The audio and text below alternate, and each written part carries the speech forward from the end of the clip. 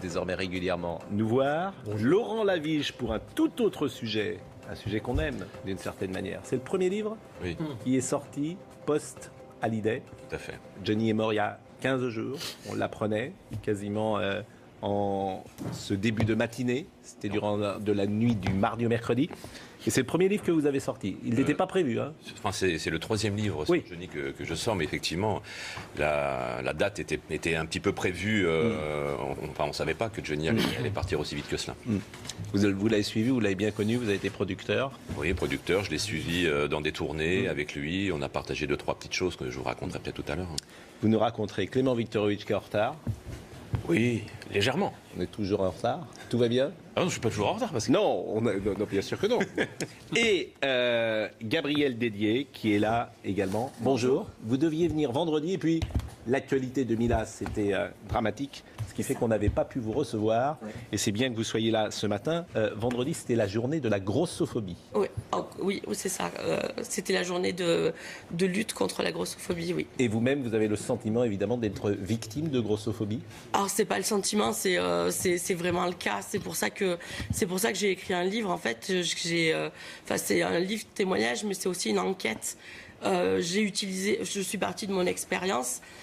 J'en ai parlé autour de moi et les gens ne savaient pas ce que c'était la grossophobie. Et mes éditeurs m'ont dit, mes amis qui lançaient une maison d'édition m'ont dit il faut qu'on en parle parce que si nous on ne connaît pas le sujet, il y a des chances qu'il n'y ait pas grand monde qui connaisse le sujet non plus.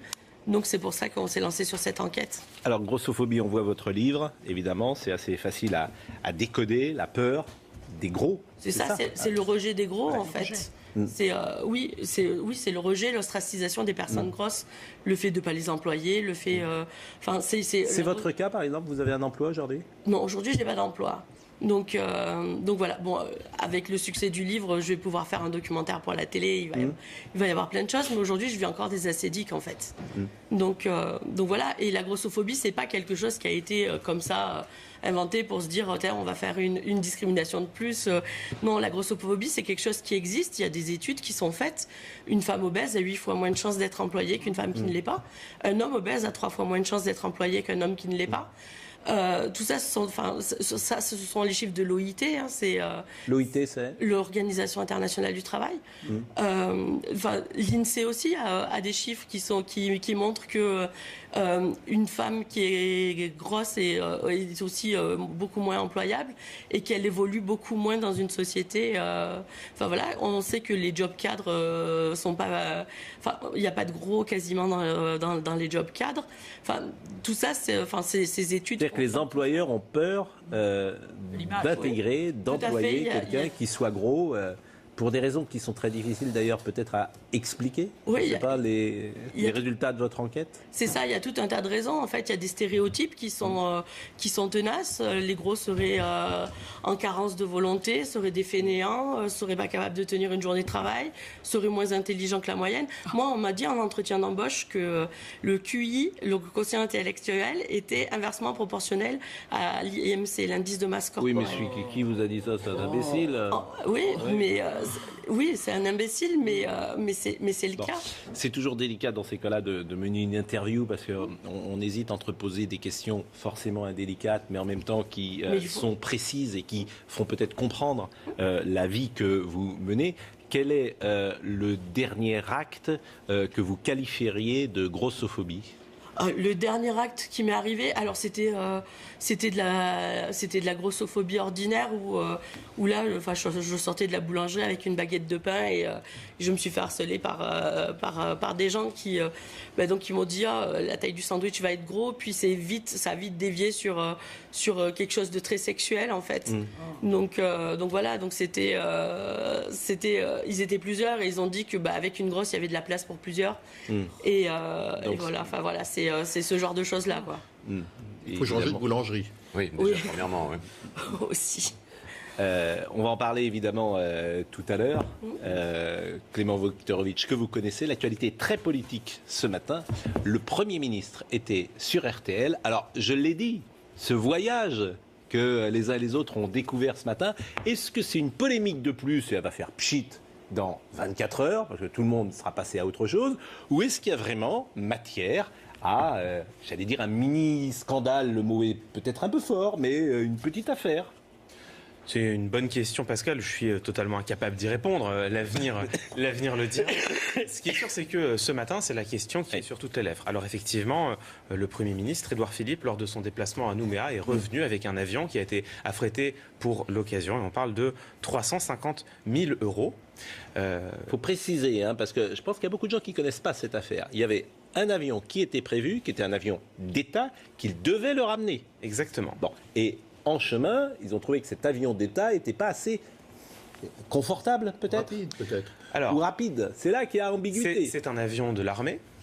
Les conditions de voyage au sein de cet avion sont relativement frustres, c'est-à-dire que pour le dire clairement, on semble être dans des conditions de confort qui sont à peu près celles de la classe éco, en tout cas qui ne sont pas celles de la business class. L'argument qui a été donné, c'est qu'ils ont décidé d'affréter un nouvel avion pour faire ce voyage parce qu'il y avait un conseil de défense auquel Édouard Philippe était attendu et affréter un nouvel avion permettait de gagner 2 heures dans l'emploi du temps. Par ailleurs, c'était plus confortable et ça lui permettait de se reposer. Voilà. C'est intéressant ce que vous dites parce que ce matin sur RTL, il n'a pas utilisé cet argument du Conseil de défense. Il n'a pas du tout utilisé cet argument. Donc il l'a dit d'abord et il l'a retiré ensuite, voyant peut-être le piège du Conseil de défense, parce que ce Conseil de défense, a priori, n'existe pas. Bon, voilà, c'est les informations qui semblent circuler. On va voir la manière qu'a Édouard Philippe de défendre sa position. C'est très intéressant. Mais attends, une dernière précision, c'est de dire que l'avion militaire initialement affrété est bien revenu à Paris. Bien sûr. Mais il est revenu vide. Il est revenu quasiment vide. Quasiment vide. Il y avait quand même quelques membres de la délégation et il y avait 60 personnes de la délégation du Premier ministre dans l'avion de luxe qui a été loué. Avion de luxe d'État ou avion de luxe d'une compagnie privée ? Non, d'une compagnie privée, qui a été affrété 350 000 euros. Alors, la question que lui pose Elisabeth Martichoux, d'RTL ce matin, c'est comment se fait-ce ? Le Premier ministre explique sur RTL ce matin que le déplacement d'un Premier ministre, cela coûte cher. On peut l'écouter. Je l'assume complètement, cette décision. Je l'assume tellement que je veux l'expliquer. Et si vous me laissez 2 minutes, je voudrais vous dire quelque chose qui va surprendre les Français, mais qui est vrai. Ce matin, vous m'avez invité pour venir sur RTL. Si vous aviez invité Édouard Philippe, je serais venu en métro, ça m'aurait coûté 1,90 € ou 2 € si j'étais venu en bus, ou éventuellement j'aurais pris le taxi et j'aurais payé mon taxi. Vous avez invité le Premier ministre, il se trouve que c'est moi, mais vous avez invité le Premier ministre. Et vous avez peut-être vu quand je suis arrivé devant les studios de RTL, que je suis arrivé avec 4 véhicules, avec des motards, avec plus de 15 personnes, avec un médecin, Madame Martichoux, qui me suit en permanence, et un transmetteur de l'armée qui me suit en permanence, parce que c'est le régime qui est donné au Premier ministre d'être systématiquement en mesure de réagir et d'avoir... Ça coûte redoutablement cher, Madame Martichoux, et j'en suis parfaitement conscient. Bon. Très habile, très intelligent, bien évidemment. Très habile. Alors, ce qu'il fait, Édouard Philippe, là, il y a plusieurs choses. Déjà, il y a une argumentation par analogie. C'est-à-dire que pour répondre sur la polémique de l'avion, il parle d'un déplacement qui est beaucoup plus concret, qui est le déplacement d'aujourd'hui. Une argumentation par l'analogie, ça permet d'ancrer dans le réel. C'est-à-dire que c'est plus facile de comprendre comment se passe un déplacement d'un Premier ministre à Nouméa si on sait comment se passe le déplacement d'un Premier ministre à RTL. Donc, c'est habile. Ensuite, il donne une profusion de détails. Il y a 4 voitures, il y a un médecin, il y a un officier de l'armée. Pourquoi ? Parce que quand on donne une profusion de détails, on semble précis. Et quand on semble précis, on paraît exact. Et donc, Édouard Philippe, quand il donne autant de précision, on se dit, mais voilà un homme honnête qui sait de quoi il parle, qui est très technique. Mais ce qui est intéressant, c'est que le fond de son argument, c'est de dire, le déplacement d'un Premier ministre, ça coûte cher. Il a tout à fait raison de le dire. Le problème, c'est que c'est pas ça la question qui se pose. La question qui se pose, c'est est-ce que son déplacement à Nouméa aurait pu coûter moins cher ? Or, il y a bien un avion militaire qui est revenu quasiment vide. Donc, il aurait bien pu coûter moins cher ce déplacement. C'est ça la seule vraie question. C'est une question à laquelle Édouard Philippe ne répond pas. Il n'a précisément pas répondu à la polémique qui lui est reprochée. C'est-à-dire que l'avion militaire avait fait une première partie du trajet. Il y a eu escale à Tokyo et la délégation est descendue de Tokyo. Peut-être, je dis bien peut-être parce qu'elle n'était pas contente de cet avion pour en prendre un autre. Exactement. C'est ça, on est dans un truc très précis. Édouard Philippe, ce matin, n'a pas répondu. Il n'a précisément pas répondu à ce qui lui était reproché. Il y avait bien un autre avion. L'État aurait bien pu économiser 350 000 euros. Oui, mais ce qui est intéressant, c'est qu'il dit qu'il assume pleinement. Oui. Donc, il risque de reproduire la même décision. Oui, mais ça, Bélir Dabi, quand on a fait une bêtise et qu'on est chef, on l'assume. Il n'y a pas d'autre solution. Ça, c'est toujours pareil et c'est à tous les niveaux. On l'assume, on n'a pas envie de recommencer. Oui, mais en toute logique, il dit qu'il le dit. Oui, mais si vous dites le contraire, c'est reconnaître l'erreur. Donc les chefs ne reconnaissent pas l'erreur, c'est la base. Il n'y a pas d'erreur et qu'il dit qu'il assume pleinement. Donc il pourrait, en toute logique, prendre à nouveau la même décision pour les voyages à venir. Oui. Bon, mais mon il faudra vérifier. Il semble couvrir une bourde de son entourage. On sent surtout ça. Il couvre une bourde. Enfin, il y a probablement il dit qu'il assume pleinement. On n'en sait pas assez maintenant. Mais il y a peut-être eu une bourde. Quelqu'un dans l'entourage qui a dit c'est épouvantable. Le Premier ministre ne peut pas voyager dans des conditions de tel inconfort avec tous les gens qui l'entourent. Non, mais ce qui est possible d'ailleurs, on peut considérer qu'effectivement le Premier ministre doit voyager dans de meilleures conditions parce qu'il y avait le déplacement le matin même pour l'Algérie. Il y avait beaucoup de travail. On doit être dans une business class, on doit pouvoir dormir, etc.